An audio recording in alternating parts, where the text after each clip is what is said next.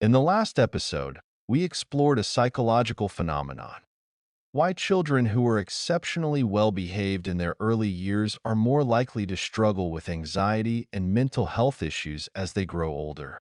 Today, we'll dive into solutions and practical ways to help those once labeled as the good kid undergo a spiritual transformation, guiding them toward emotional maturity.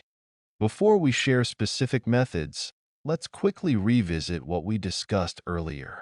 While being well behaved doesn't necessarily lead to psychological issues, children who are considerate and empathetic often show signs of healthy emotional development.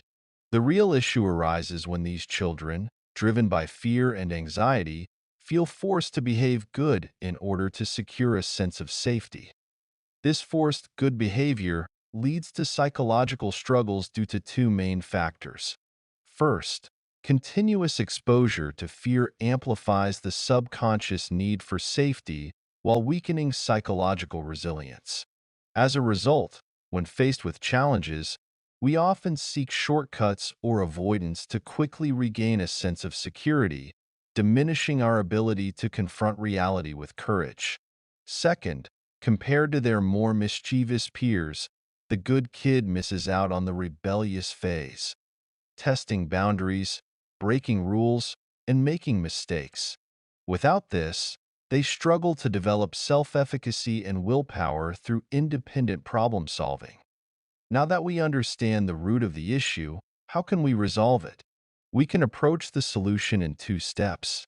The first step is to accept and make peace with our inner good kid. The behavioral patterns and emotional experiences we had as a good kid are deeply ingrained in our subconscious, becoming part of our personality, often referred to as the inner child. While we may mature outwardly, this part of us remains emotionally volatile and immature. When faced with major life decisions, this inner child can resurface, sending emotional signals that are often extreme, either causing us to shrink back, compromise, and seek safety at all costs, or leading us to react with anger or avoidance. This is why many good kids, even as adults, still feel emotionally immature. They may struggle to control their emotions, have polarized views, be indecisive, or become easily frustrated, leading to impulsive behavior.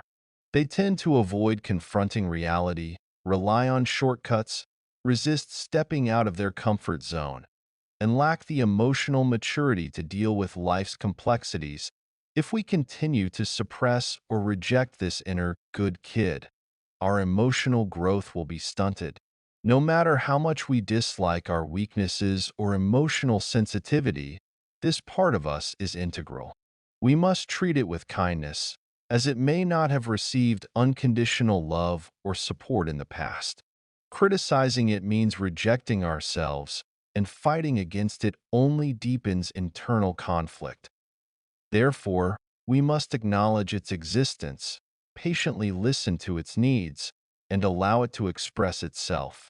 We should not criticize its immaturity or sensitivity as others may have done in our childhood, as this only amplifies suffering. Remember, change starts with self-acceptance. At the same time, we must gently remind our inner child that we've grown up. We can no longer vent suppressed emotions or seek revenge on past hurts. We cannot depend on figures like parents or teachers to fulfill our longing for love and care. Dwelling on the past serves no purpose. Instead, we must fill the inner void with practical, real-world approaches rather than subjective feelings of self-pity. Once we've accepted our inner good kid, the next step is to guide it toward growth and emotional breakthrough. This involves creating new experiences and fostering emotional maturity. When our inner child feels overwhelmed, whether crying, fearful, or conflicted, don't rush to comfort or vent. Instead, acknowledge and observe its emotions without judgment. On one hand, accept that the past cannot be changed and the future is uncertain. On the other hand, bravely accept your emotions, fear, anxiety, and a longing for love are not shameful. Next, take practical actions based on these emotional needs. If you crave attention, focus on improving your skills and charm, while also preparing to face the pressures that come with it. If you seek success in life and career, invest time and effort into it.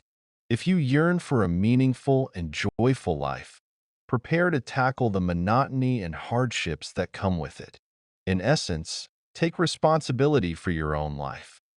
Our inner unsettled spirit drives us to pursue excellence and beauty, but to do so, we must face the risks and challenges that accompany this pursuit.